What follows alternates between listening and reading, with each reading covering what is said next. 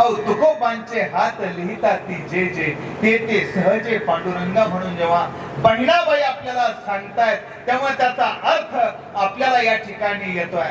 गरीबासाठी पांडुरंग आहे, अनाथासाठी पांडुरंग आहे, ज्याचा कोणीच नाही त्याचा पांडुरंग आहे. आणि हेच जगद्गुरु तुकोबरायांच्या नंतर तुकोबरायांना जसं बहिणाबाईंनी स्वप्नात अनुग्रह घेऊन गुरु मानलं, तसंच संत निळोबारायांनी सुद्धा तुकोबरायांना प्रत्यक्ष पाहिलेलं नाही परंतु आपलं गुरु मानलं. आणि जेव्हा तुकोबरायांचा अभ्यास केला तेव्हा तुकोबराय म्हणजे काय असं जेव्हा निळोबारायांनी लिहिलं तेव्हा मात्र त्यांनी असं लिहिलं की भव सिंधूशी बांधिला सेतू जेणे अनाथा दिना कारणे तुकयाने. या संसाराला तरुण जाण्यासाठी ज्याच्याकडे पर्यायच नाहीये, ज्याच्याकडे काहीच उपाय नाहीये, जो दुःखी आहे, जो रडतोय आणि ज्याच्याकडे आता माझ्यासाठी कुणीच नाही असं वाटतंय, अहो त्याला हा संसार सिंधू, हा भव सिंधू तरुण जाण्यासाठी ही गाथा रूपी सेतू बांधण्याचं काम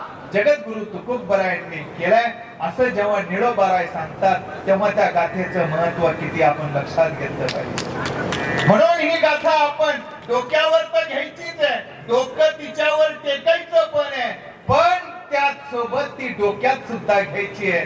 जर तुम्ही गाथा डोक्यात घेतली नाही तर डोक्यावरचं नुसतं पुण्य थोड्या दिवस राहील किंवा डोकं टेकवल्याचं पुण्य थोडे दिवस राहील, पण जर डोक्यात घेतलं तर तुमच्या आयुष्यापर्यंत ते पुण्य नव्हे तो विचार तुमच्या डोक्यामध्ये राहील.